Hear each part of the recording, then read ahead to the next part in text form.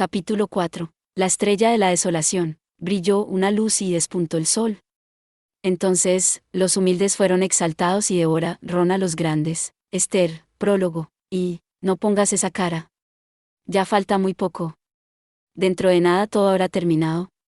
Les haremos pagar lo que te deben a todos los que hemos capturado. Susurrándole a la hermosa ama que sonreía eternamente en el retrato, el marqués dejó caer una pastilla en su vaso. El comprimido de sangre, que era del tamaño de una uña, se deshizo lanzando espuma. Cuando estuvo completamente diluido, el color del vino cambió de un carmesí transparente a un escarlata oscuro. Después de mecer ligeramente el vaso, el aristócrata se bebió el contenido de un trago con cara de disgusto. El marqués sabía que el líquido que le recorría las entrañas sería absorbido por los vasos capilares a través de la pared abdominal. La irritación producida por la extraña sed desapareció como una mentira y la neblina de color sangre que le cubría la mente se despejó limpiamente. Hablando de forma estricta de gustos, la sangre fresca no era en especial de su agrado. Exhalaba un hedor muy fuerte y el sabor tampoco tenía demasiado cuerpo. Y lo peor era el regusto que dejaba. Para el sabor era mucho mejor disolver un comprimido de sangre en vino. Si se le añadía un poco de especias y opio era aún mejor, aunque de todos modos era siempre una molestia. Los Mazuzla vivían más de 300 años y tenían una fuerza vital y un sistema inmunológico sin rival en este planeta. Eran casi perfectos, pero la C. Todavía no habían conseguido superar la anemia sanguínea congénita a su especie. Los bruscos descensos en el número de glóbulos rojos en la sangre que sufrían periódicamente les provocaban el impulso vampírico, que hacía perder la razón incluso al vampiro de voluntad más férrea.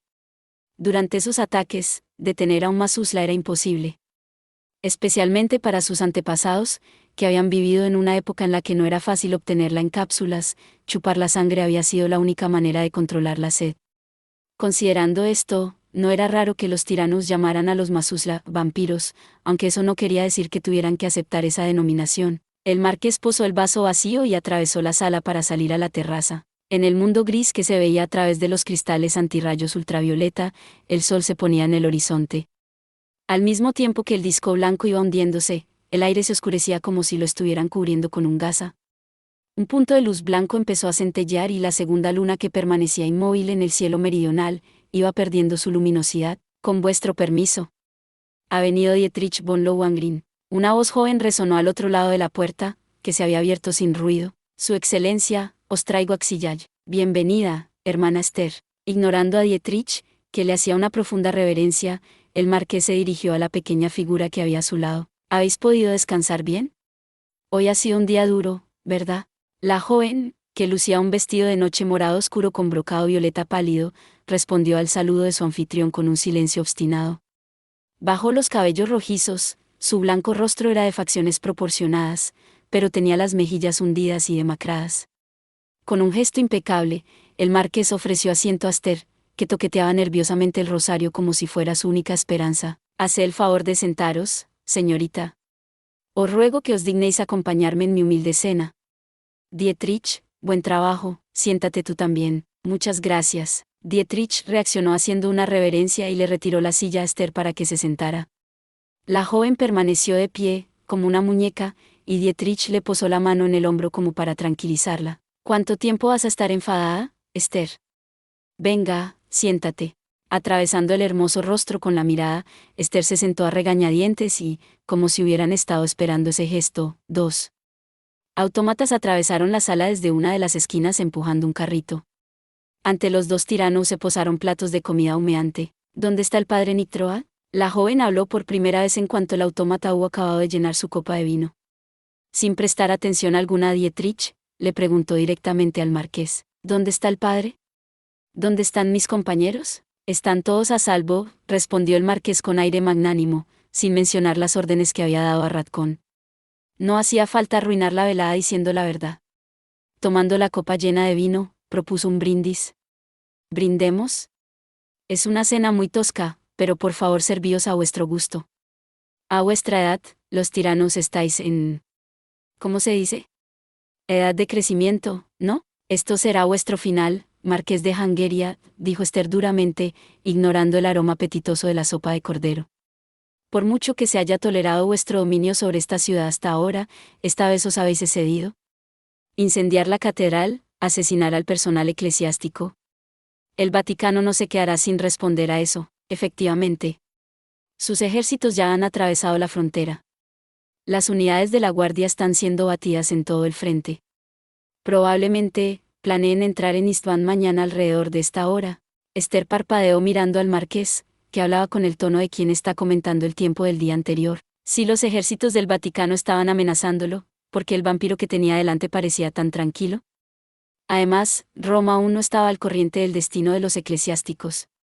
¿Habían empezado el ataque sin tener en cuenta a los rehenes? Pobrecita, te han abandonado. Una voz tranquila rozó la nuca de la conmocionada joven. Dietrich había extendido la mano para acariciarla. Lo que le interesa al Vaticano es una excusa para atacar militarmente. Vuestras vidas no les importan. ¿Aún no lo entiendes? No me toques, infame. Quitándose de encima la mano del joven como si fuera algo inmundo, Esther le atravesó con una mirada afilada. Eres despreciable. Traicionarnos a todos y ayudar a un vampiro. ¡Qué vergüenza, vampiro! El marqués se rió ante el diálogo de los tiranos. Pero aunque los labios reían, sus ojos estaban cubiertos de una oscura sombra. Vampiro.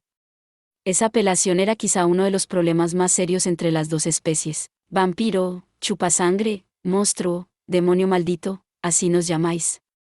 Pero si es así, ¿qué hacéis aquí? Os pregunto que qué hacéis aquí, repitió el marqués con el tono afable de siempre. La serenidad de sus palabras contrastaba con la crueldad de lo que indicaban. Si estáis aquí es por culpa del sacerdote y de Dietrich. Ambos os han traicionado. El Vaticano abandonó esta ciudad y a la catedral a su suerte.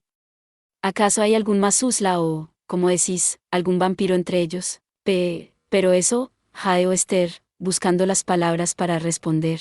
Los hombres la habían utilizado y la habían traicionado. El Vaticano había abandonado al obispo y al resto. Buscaba desesperadamente palabras para defenderlos, pero eso era como buscar un grano de oro en el desierto. Da lo mismo. Es vuestro problema. Como parece que no tenéis mucha hambre, ¿queréis que os muestre algo gracioso? Dietrich, empieza los preparativos. Sí, Su Excelencia, riendo sardónicamente ante la joven, que se había quedado callada con la cabeza gacha, Dietrich hizo chascar los dedos. La luz de la sala perdió su brillo y a su alrededor cayó un velo oscuro. Aunque era una buena ocasión para intentar la huida, Esther se quedó sentada con la boca abierta, como si estuviera tonta. Sobre la mesa había aparecido una pálida sombra.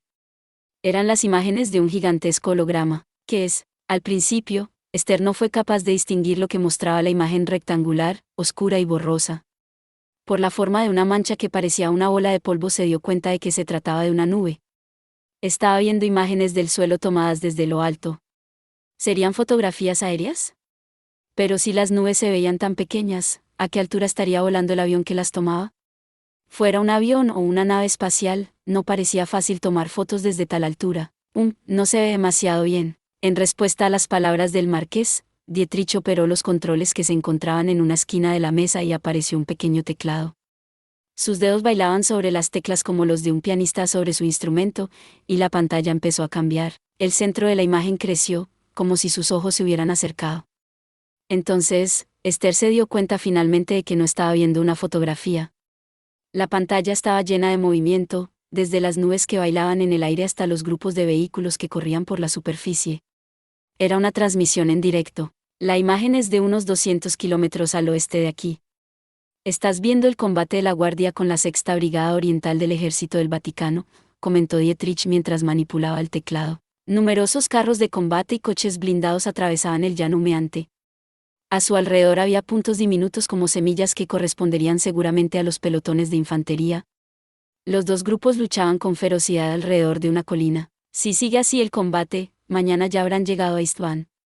¡Qué velocidad! Seguro que hace mucho tiempo que tenían preparados los planes de ataque. El marqués se rió mientras observaba de reojo la expresión confusa de Esther, que seguía en silencio.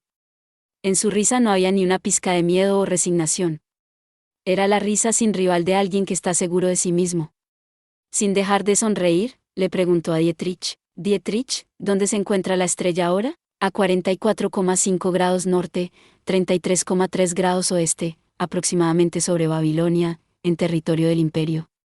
Hace 40 segundos hemos comprobado la recarga de energía. Dentro de 7002 segundos se encontrará lista para disparar. Ah, hermana Esther, no hablamos de vos, dijo el marqués a la muchacha, que se había girado instintivamente al oír la primera sílaba de la palabra estrella. Esta es mi estrella. Y no es la estrella de la esperanza, que creo que es el significado de vuestro nombre, es la estrella de la desolación. ¿La estrella de la desolación? Sí, la estrella de la desolación. Mi jugada secreta, contestó riendo el marqués ante la muchacha, que repetía como un loro sus palabras. Fijaos bien. Para Roma, esa ciudad que veneráis con tanto orgullo los tiranos, esta noche será la última. Como los movimientos de la guardia eran lentos incluso cuando huían, el general Humberto Barbarigo ordenó a sus arditi que aminoraran la velocidad de persecución. Vení, vidi, vici, dijo el maduro comandante del ejército del Vaticano mientras miraba el campo de batalla, repitiendo las palabras del general de la antigüedad. No era exagerado decir que el enemigo estaba roto en 1000 pedazos. En la lejana llanura dominada por la oscuridad, se veían las líneas pálidas del fuego que cruzaban los enemigos en desbandada y los granatieri que los perseguían. Alrededor de la colina en la que había establecido su puesto de mando, se amontonaban los cadáveres con uniforme azul oscuro y el material militar abandonado. La escasa hora de batalla había sido completamente dominada de principio a fin por Barbarigo y las tropas que comandaba, la Sexta Brigada Oriental del Ejército del Vaticano, la Justiniano. La Guardia no podía competir con la Justiniano en entrenamiento, moral ni equipo. No había hecho falta ni siquiera que la infantería mecanizada de élite entrara en combate. Los tipos del Departamento de Defensa habían pensado que podrían extraer datos nuevos de una experiencia de combate real después de tanto tiempo. Era seguro que estarían decepcionados. Hic jacet pulvis, sinis et nihil. Y no hemos hecho más que mirar. Se quejó débilmente la voz mecánica del comandante Marco Antonio Braschi, que estaba a su lado. Su escuadrón de caballeros dorados, 28º Batallón de Infantería Mecanizada, no había tenido que efectuar ni un solo disparo. Reconstruidos con lo mejor de las tecnologías perdidas y dotados de una fuerza equivalente a la de los vampiros, a los soldados Aiburgs no les gustaba quedarse de brazos cruzados ante una batalla. Mañana entraremos en Istvan. Si hay combates con la guardia, os los dejaremos a vosotros.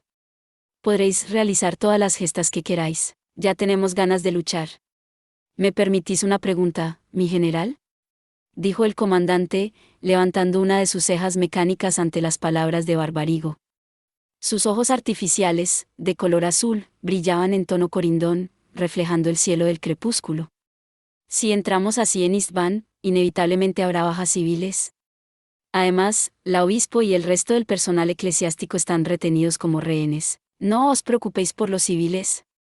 Es culpa suya si se meten en medio de la batalla. El Departamento de Defensa había autorizado el combate en la ciudad. Las bajas civiles serían aceptadas sin preguntas hasta un 20%. Estaban tan bien preparados que los sacerdotes encargados de los funerales ya se encontraban en camino. Esto es una guerra santa, comandante. Es inevitable que haya sacrificios en la lucha para acabar con los vampiros, los enemigos de la humanidad, ¿no es así? Entonces, la obispo y el resto tendrán el honor de convertirse en mártires. Braschi rió alegremente balanceando su cuerpo gris, que parecía una columna de piedra. El 80% de su cuerpo era mecánico, pero parecía que conservaba el sentido del humor. Un humor un poco negro, eso sí. Bueno, ya va siendo hora de hacer avanzar el cuartel general. Me irritaría que Burguesa se nos adelantara por tomárnoslo con demasiada calma, dijo Barbarigo mientras hacía señas con el bastón de mando a los oficiales del Estado Mayor y a los ayudantes de campo para que se acercasen. Comparada con la posición de la Justiniano, que había invadido desde el oeste bajo el mando de Barbarigo, la Quinta Brigada Constantino, que lideraba Burguesa y había entrado desde el sur, se encontraba más al norte. Como las tropas enemigas estacionadas en el sur eran incluso más débiles que las del oeste, la Constantino ya habría iniciado probablemente el avance. Más que los soldados de la guardia, que parecían de juguete, le daba miedo que sus camaradas le arrebataran el honor de la victoria. Es posible que aún queden tropas enemigas ocultas. ¿No sería mejor solicitar que la patrulla aérea Sandalpón haga una batida? Da igual. Vamos a empezar la invasión. ¿Quién nos va a parar?, ordenó Barbarigo, riéndose ante la prudencia de su adjunto. J.E. No nos pararía ni Dios, aunque apareciera aquí mismo. Braschi irguió la cabeza, como si algo le hubiera sorprendido, observaba el cielo a lo lejos, en dirección al sur. ¿Qué ocurre, comandante? ¿Habéis visto un ángel? Los sensores reaccionan de manera extraña. Hay un desequilibrio en la densidad de los iones del aire. ¿La densidad de los iones? Qué raro. Es como si, pero, tan grande. Comandante, ¿nos lo podéis explicar en términos que comprendamos? Preguntó de nuevo Barbarigo, con tono irritado, al Saiburg, que levantaba los ojos electrónicos hacia el cielo. Mi general. ¿Mirad eso? Barbarigo se giró ante las palabras del oficial del Estado Mayor y se quedó sin respiración. Y no solo él. Todas las personas que le rodeaban se habían quedado petrificadas mirando el cielo hacia el sur. En el cielo nocturno, negro como el terciopelo, brillaba la segunda luna. Al contrario que la primera luna, que crecía y decrecía en ciclos de 27 días, la segunda luna brillaba continuamente, noche y día, durante 365 días al año. Sin embargo, esa noche, su brillo parecía palidecer. Entre la luna y el planeta se había alzado un gigantesco muro de luz centelleante, ¿una aurora boreal? ¿Aquí? ¿Será alguna manifestación divina? ¿O serían las almas de los innumerables muertos que subían al cielo? Olvidando lo que había dicho antes, Barbarigo se santiguó con la mano derecha. ¿Es una tormenta magnética? La áspera voz electrónica de Braschi atravesó los tímpanos de los presentes, que se habían quedado paralizados. Mi general, percibo una reacción de gran energía, justo encima de nosotros. Todos levantaron instintivamente la mirada y, en ese preciso instante, el cielo nocturno estalló en llamas y les cayó encima. La Quinta Brigada Oriental Constantino ha aniquilado al Tercer Regimiento de la Guardia. La Sexta Brigada Justiniano se encuentra persiguiendo al Segundo Regimiento de la Guardia, 200 kilómetros al oeste de István. El alcalde de Kalocsa, ciudad satélite de István, ha declarado su neutralidad y solicita la protección de nuestras tropas. El acorazado Natagiel ha recibido el plan de bombardeo. Solicita estimación de daños. Al mismo tiempo que los informes se iban transformando en sonido, las luces del mapa iban cambiando de posición. Los movimientos eran tan complejos que resultaba imposible seguirlos, pero se podía ver que la lucha entre las dos fuerzas era extremadamente desigual y que el final se acercaba. La batalla de István, que era como había bautizado el combate el Consejo Privado del Papa, estaba a punto de finalizar en un solo día. István caerá mañana, murmuró Francesco, observando las luces del holograma como una ave de rapiña. Después de examinar a su lado los detalles del mapa, Caterina parecía compartir la opinión de su hermano. Completar las operaciones 72 horas después de la declaración de guerra es un trabajo magnífico, hermano. La verdad era que la operación dirigida por Francesco y el Departamento de Defensa podía calificarse incluso de artística. Primero, al mismo tiempo que empezaba el ataque, soldados mecanizados habían destruido los centros de comunicaciones de la Guardia en los alrededores de István. Cuando la Guardia, confundida, había intentado responder al ataque, las dos mejores brigadas del ejército oriental, la quinta y la sexta, habían atacado desde el sur y el oeste. La balanza de fuerzas ya estaba inclinada claramente a favor del Vaticano antes de empezar la guerra, pero una vez que la Guardia había quedado en desorden después de perder sus herramientas de comunicación, ya no tenían absolutamente ninguna posibilidad de ganar. En ese momento, la Constantino, en el sur, y la Justiniano, en el oeste, avanzaban por los campos desiertos. La verdad es que ha sido una operación brillante. ¿Sería que llevaban mucho tiempo ensayando las maniobras a la espera de ese día? ¿O es que realmente Francesco tenía una habilidad militar excepcional, inigualada en el mundo secular? Aunque no hubiera nacido como hijo ilegítimo de un papa, habría sido capaz de construirse su propio imperio él solo. He aquí una victoria completa, Caterina. En su expresión contenida no había ni un ápice de la embriaguez del éxito. Observando con los ojos brillantes como sables, Francesco prosiguió como esculpiendo las palabras una por una. Ya lo dice la Biblia, yo mandé a mis santificados, asimismo, llamé a mis valientes para mi ira, a los que se alegran con mi gloria. Sean quienes sean nuestros enemigos, los estados seculares o el imperio, el prestigio se defiende con la fuerza. Dicho de otro modo, si cuando se ataca nuestro prestigio vacilamos en usar el martillo del Señor, eso solo hace que incremente el peligro. Como representantes de Dios en la tierra, no podemos permitirnos huir ante los retos. No se podía negar que su hermano tenía razón en parte, sin embargo. Tras el monóculo, Caterina bajó los ojos, del color de una cuchilla. Aún había algo que le preocupaba. ¿Por qué había lanzado István un ataque tan temerario? La estrella de la desolación, el as que el marqués tenía guardado en la manga según sus agentes, ¿cuándo aparecería? Su eminencia, ha llegado una comunicación del destructor de apoyo de la Justiniano. Transmítela. El diálogo entre el operador y Francesco interrumpió los pensamientos de Caterina. Al levantar la mirada, vio el holograma de un soldado maduro saludando. Soy el capitán Arnoldo Icambi, del Sandalpón. Su eminencia, las imágenes de la superficie están listas para la retransmisión. Gracias, capitán. Envíanme los datos para que pueda ver la situación con mis propios ojos. Sí, Señor. Respondió brevemente el capitán. A su lado apareció una pequeña ventana azulada. En el horizonte, que empezaba a teñirse de la luz del alba, se podía ver cómo se elevaba el humo de los disparos. En la parte superior de la pantalla, la infantería de la guardia huía perseguida por escuadras de carros de combate. La Justiniano se encuentra a 200 kilómetros al oeste de István. Como podéis apreciar, el enemigo ya no ofrece ninguna resistencia. Aunque tengamos que barrer algunos focos de resistencia durante el avance, llegaremos a István mañana mismo. Bien, pero no bajéis la guardia. Aún queda el vampiro, que es lo más importante. No os relajéis hasta que lo hayamos aniquilado. Comprend. Durante un instante, la imagen del capitán deformó. El operador alargó la mano para ajustarla cuando la pantalla se volvió completamente blanca y forzó a todos los eclesiásticos que se encontraban en la sala de la Naya Sancta a desviar la vista. Al instante siguiente, la imagen se oscureció por completo y no mostró nada más. No duró más de un segundo, pero fue suficiente para dejar ciegos durante unos momentos a los cardenales y el resto de personal. ¿Qué ha pasado?, gritó Francesco, que había torcido violentamente la vista. Los operadores se restregaban los ojos intercambiando gritos, pero tampoco parecían saber qué era lo que había ocurrido.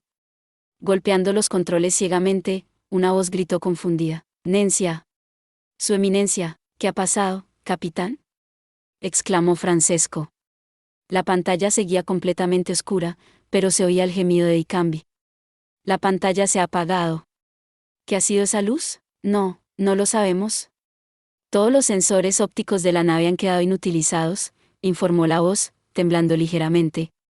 Pero, se puede ver que... Dios mío. ¿Qué ha pasado ahí abajo?». «Capitán, tranquilizaos y proseguid el informe». «¿Qué es lo que ha ocurrido?», interrumpió Caterina, como si un mal presentimiento la hubiera agarrado por el cuello. No le importó la mirada de reproche de Francesco. ¿Habría sido el arma secreta de ellos? «Os lo ordeno como cardenal, capitán Dicambi, informad detalladamente de lo sucedido». «Ahora, hay cambios en la superficie», la voz seguía temblando. Sin embargo, el horrible informe del capitán Dicambi se oyó a la perfección. La Justiniano y las tropas de la guardia con las que combatían han desaparecido. No es que hayan sido destruidas. Es que no hay ni rastro de ellas. No queda nada en la superficie. Esther no pudo mover las cuerdas vocales hasta mucho después de que hubiera pasado el remolino de luz cegadora. La llanura que mostraba el holograma estaba completamente calcinada. Los miles de soldados que la ocupaban un momento antes habían quedado convertidos en una nube silenciosa de cenizas y polvo. Todo había muerto. Todo se había extinguido. Esto es la estrella de la desolación. «Mi triunfo», susurró el marqués con una expresión compleja, entre la satisfacción y el pesar, ante la destrucción y la muerte que habían aparecido en menos de un instante. «La estrella de la desolación. Se trata de un satélite equipado con lo más avanzado de las tecnologías perdidas, que podía lanzar un láser de electrones libres. Girando en una órbita baja a 4.000 metros por segundo, disparaba un láser de 20 pulsaciones de energía por segundo. La energía total era de unos 800 gigajulios, equivalente al impacto de una bomba de un megatón. 4 o 5 de esos rayos eran suficientes para reducir una ciudad como Roma a escombros. Sin pestañear siquiera, la joven estaba absorta en la pantalla. Estuvo un rato temblando, hasta que pudo producir una voz temblorosa. «¿Por qué?». El marqués respondió con dulzura al susurro de la muchacha. Con los ojos llenos de lágrimas, Esther repitió su pregunta. «¿Por qué hacéis esto? ¿Acaso no os basta con asesinar al obispo y los habitantes de la ciudad? ¿Por qué tenéis que asesinar a tanta gente? ¿Por qué tantas ganas de matar?». «No son ganas de matar. No tengo tan mal gusto como para disfrutar con una carnicería». Entonces, ¿por qué? «¿Por qué lo hacéis? ¿Para vivir? ¿Para sobrevivir? ¿Vivir?». A Esther se le quebró la voz ante la inesperada respuesta. Confundida, se quedó mirando al vampiro que tenía delante. El marqués prosiguió con paciencia. «Sí, para vivir. Voy a preguntaros una cosa, Esther. ¿Por qué me combatíais? ¿Por qué los partisanos queríais matarme? Porque era nuestra obligación. ¿Porque estaba hablando con ese maldito monstruo?». Miraba, extrañada, a su interlocutor, pero respondió seriamente. «Vos y vuestros esbirros matasteis a mucha gente inocente. La ciudad estaba asolada, los niños se morían de hambre, los ancianos de frío. No podíamos quedarnos de brazos cruzados. Incluso la persona más malvada sabe que matar es pecado, pero yo no podía quedarme sin actuar. Para poder sobrevivir, Nosotros. El sonido sofocado de sorpresa llegó hasta los oídos del marqués. Ahí tenéis la respuesta. El marqués se levantó con una sonrisa levemente triste. Afuera ya había caído el velo de la noche. Abriendo él mismo la puerta que daba a la terraza, el aristócrata se quedó mirando fijamente a la muchacha. Vamos a suponer que los Masusla cayéramos en poder de los tiranos, de los fanáticos del Vaticano. Atravesados por agujas de plata y estacas de madera, suplicaríamos por nuestras vidas. Basta, por favor. Os pido que perdonéis la vida a mi esposa e hijos, ¿os detendríais? No, y probablemente sería lo correcto. Pero eso, escuchad, hermana Esther. ¿No os tapéis los oídos? No cerréis los ojos. Esto es la lucha por la vida. Nosotros y vosotros, Masusla y Tiranos, vampiros contra humanos, llamadlo como queráis. Se trata de la lucha por la vida. Dos especies combaten por sobrevivir. Es una guerra muy sencilla. Solo se puede vencer o ser derrotado. Palabras como convivencia solo tienen existencia real en los sueños de los idiotas. Lo sé perfectamente. Después de hablar tan fríamente a la joven, que estaba aterrada, se giró hacia Dietrich, que había permanecido todo el tiempo modestamente en silencio. El segundo disparo. Prepara el segundo disparo. Las coordenadas del objetivo son 41,53 grados norte, 12,27 grados oeste. El centro de Roma. Comprendido. La recarga de potencia durará unos 10 minutos, informó el joven tirano sin mostrar asombro alguno. Asintiendo con vehemencia, el marqués se giró de nuevo hacia Esther. Hermana, hay algo que tengo que deciros. Os he mentido. El marqués sabía que hubiera sido más compasivo callárselo, pero al mismo tiempo sentía que no era justo esconderle la información a la valiente joven. Era extraño que un Masusla como él tuviera ese arrebato de justicia. Al fin y al cabo, ¿no era una muchachita tirana?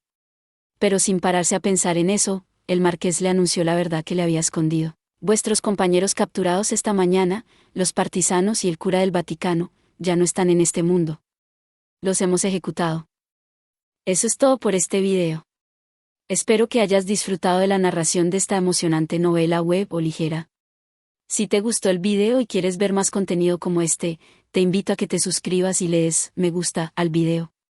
De esta manera, me ayudas a crecer y a seguir compartiendo historias emocionantes contigo. No te pierdas ningún video más. Gracias por tu apoyo.